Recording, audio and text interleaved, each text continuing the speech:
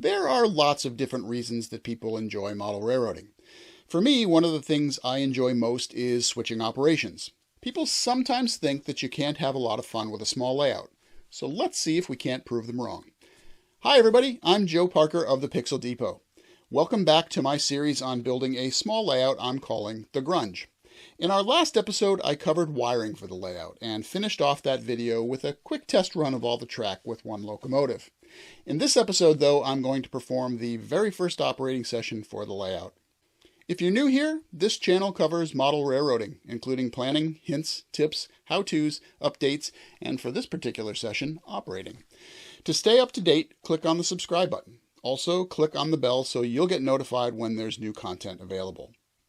You can also now support me on Patreon. Subscribers can get great exclusive bonuses like behind-the-scenes footage, live streams, and merchandise like stickers, t-shirts, and maybe even a couple of surprises. So check it out and help support the channel. So like I said before, operating is one of my favorite things, and I like to operate at prototypical speeds using the sound effects that are available with sound decoders to enhance the mood. So even on a small layout like the Grunge, which is only 15 inches by 90 inches, an operating session can take a good amount of time. So let's give it a go. As a reminder, here's a quick look at the track plan with the industries labeled. The industries on the layout are the News-Herald, a newspaper that receives newsprint, American Can, the Whirlpool plant, and the team track. Even though I've edited out all the spots where I uncouple cars and throw the turnouts, I do that using a skewer, as seen here. I use car cards and waybills for my main layout, and I'll probably do that on the Grunge too, since I expect the cars will get used in both places. But this session was a little less prepared, and I was only moving a few cars, so I decided to use just a switch list for this session.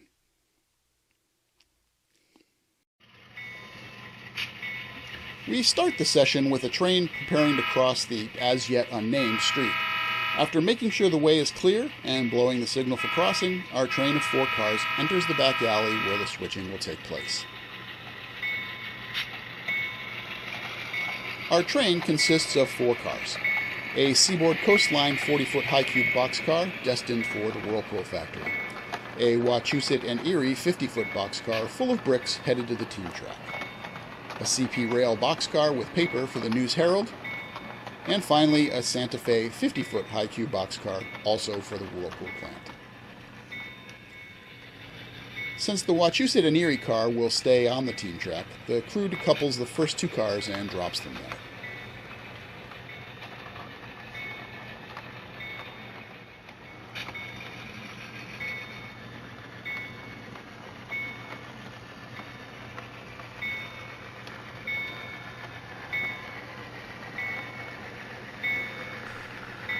The 2 high-cube cars will also be dropped in the team track for now, so the crew leaves the 40-footer and then drops the 50-footer in as well, leaving only the CP Rail paper car to work with. By the way, see that branch truck making a delivery? It's blocking access to the American Can spur and could be a problem later. The crew will have to keep an eye on that.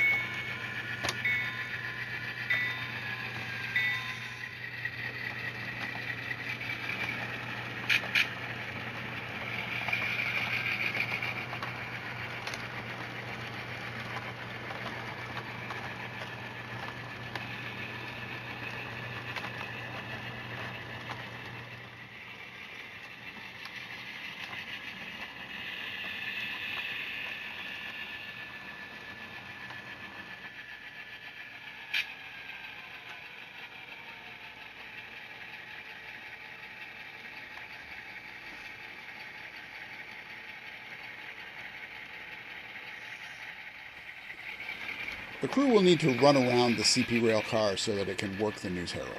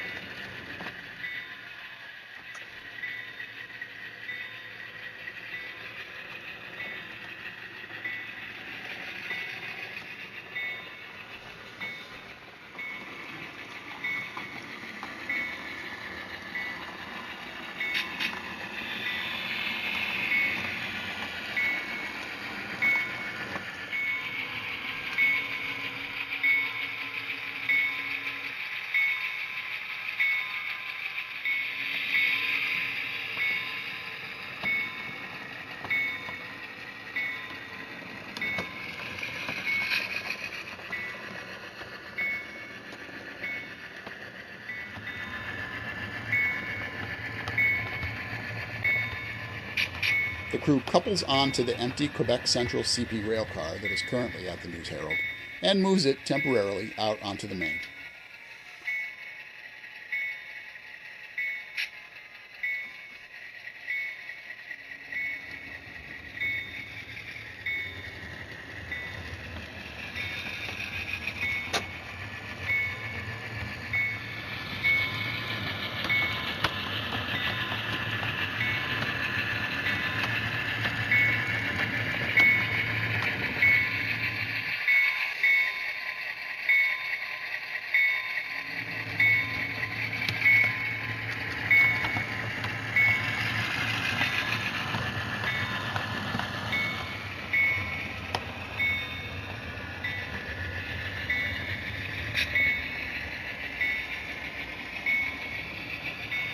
They then deliver the full car and, after that, drop the empty CP railcar back on the spur so that it's out of the way, leaving the rest of the tracks clear for its remaining moves.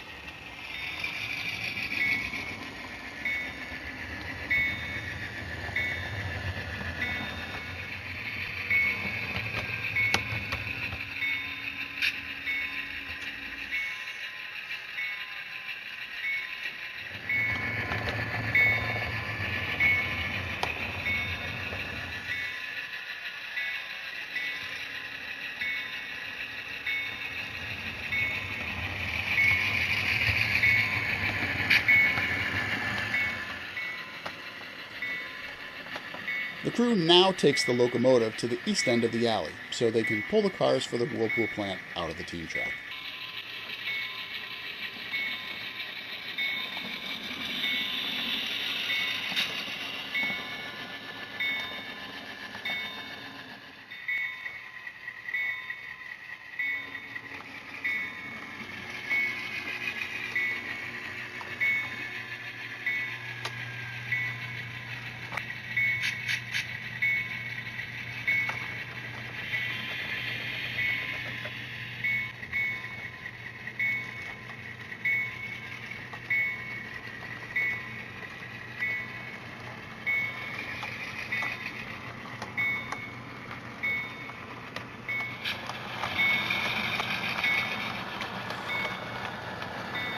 Delivery to Whirlpool also requires a shove, so the crew once again needs to run around the cars so that they're on the right end of the train.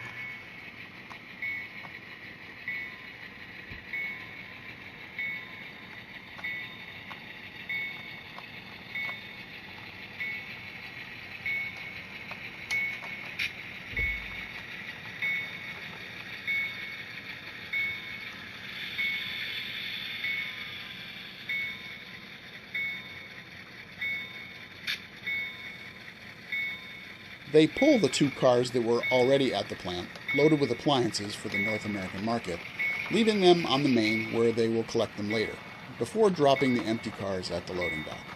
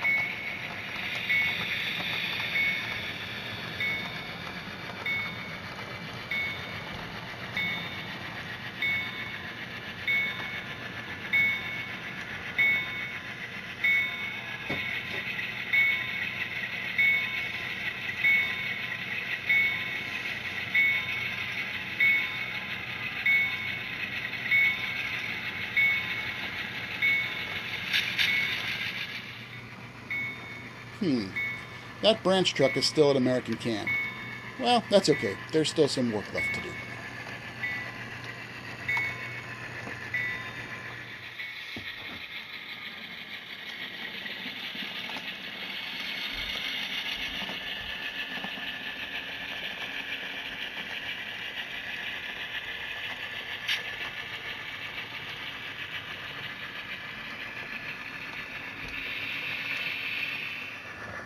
Getting ready for the later departure, the crew grabs the boxcar from the News-Herald and the 2 high cubes on the main and moves all of them to the runaround track so that they can have a clear area for the American Can cars.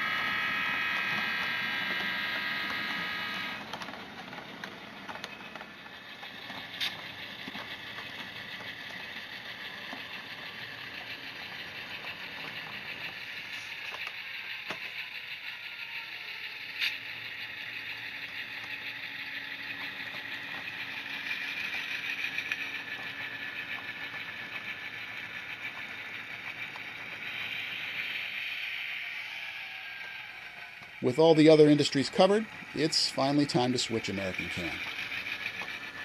Although there were no cars on the train for American Can, the southern boxcar at the loading dock is empty and needs to be removed. The red CP Rail boxcar is still full of can stock and will need to be respotted after the southern car is pulled. But that truck is still in the way. Time to go looking for the driver, I guess. Okay, that's better. With the way clear, the crew can pull the southern boxcar, leaving it on the main for now, and respot that CP rail car.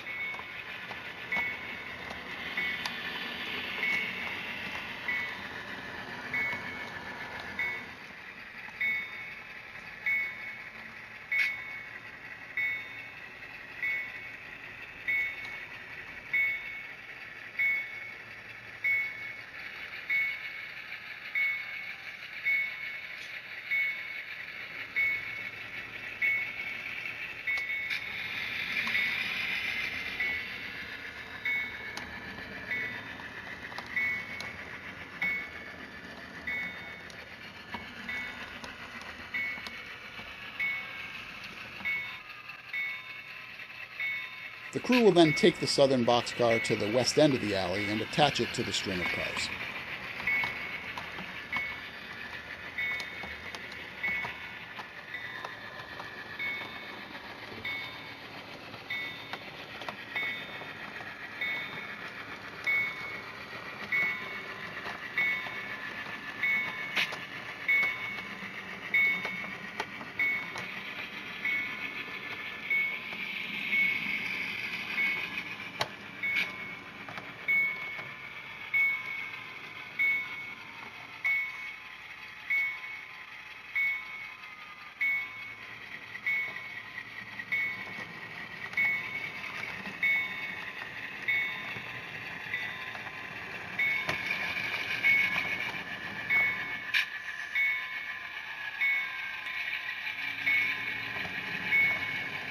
With that move complete, they can run back around and couple to the front of the train.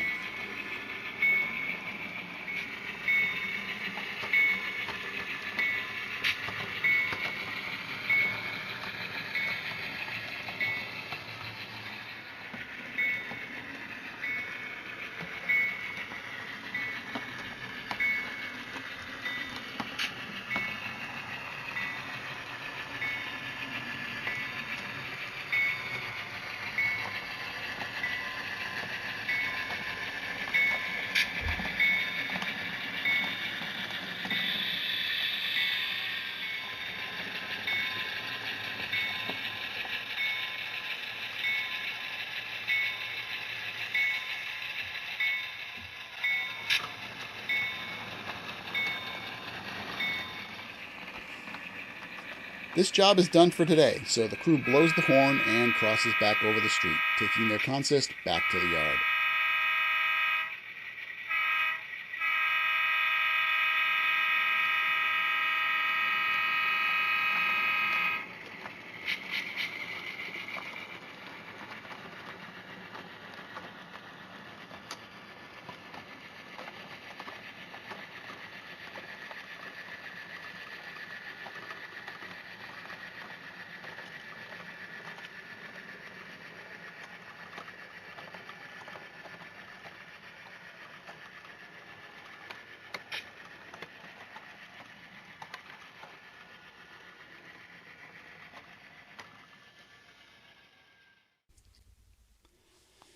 So, the first operating session is in the books.